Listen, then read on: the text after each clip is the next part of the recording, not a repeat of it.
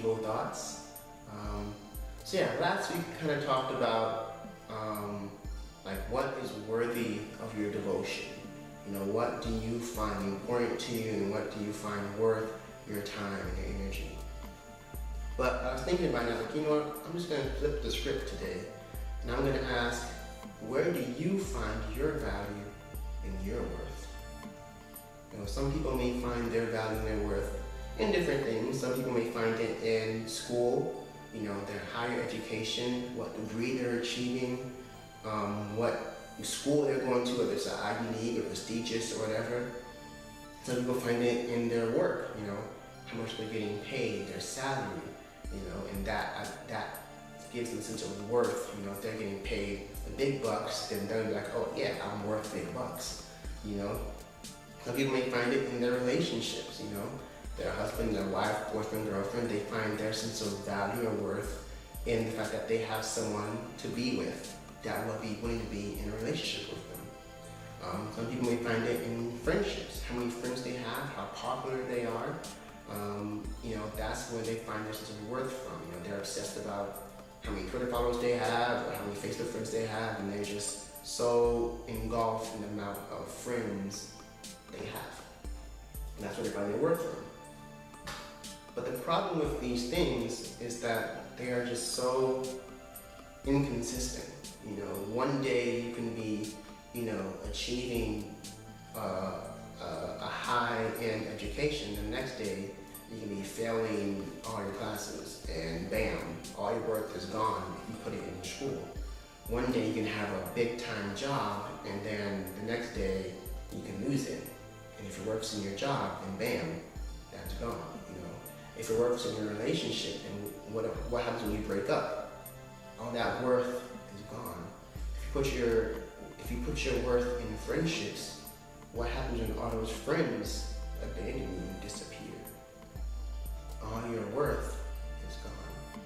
So putting your worth in these things is very inconsistent. You know, it's like if you want to invest in a business and you look at the portfolio and look at all the graphs and the charts and the statistics and all that, and you see how the worth and value of this company or this business fluctuates inconsistently.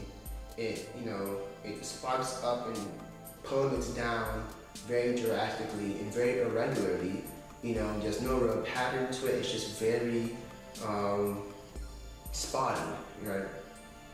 You're most likely not going to invest in something that has no consistent worth or value to it. If it's just jumping up and down very irregularly and consistently, you're most likely not going to invest in business with no real base or foundation. But at least that's how I see investment. You want to make sure that if you're going to invest in something, that you're going to get, you know, the bang for your buck, right? And so that leads me to 1 Peter chapter 1, verse 18 and 19. And it says this: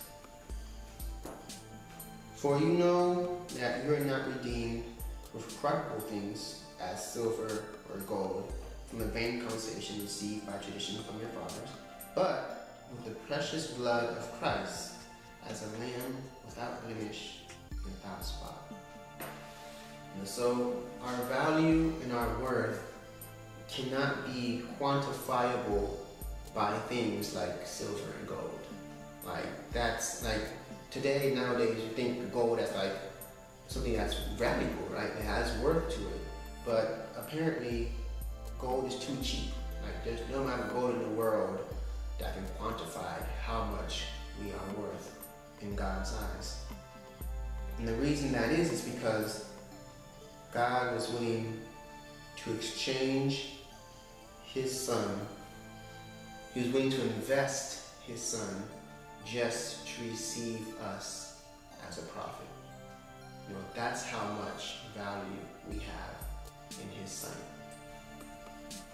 You know, and the great thing about that value is that it doesn't change. It's the one thing that remains consistent.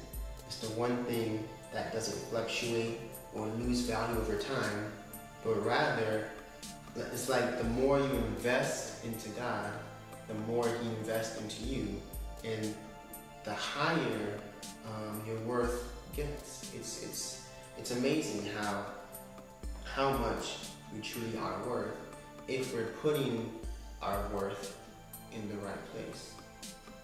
So again, I ask you, where is it that you are putting your worth?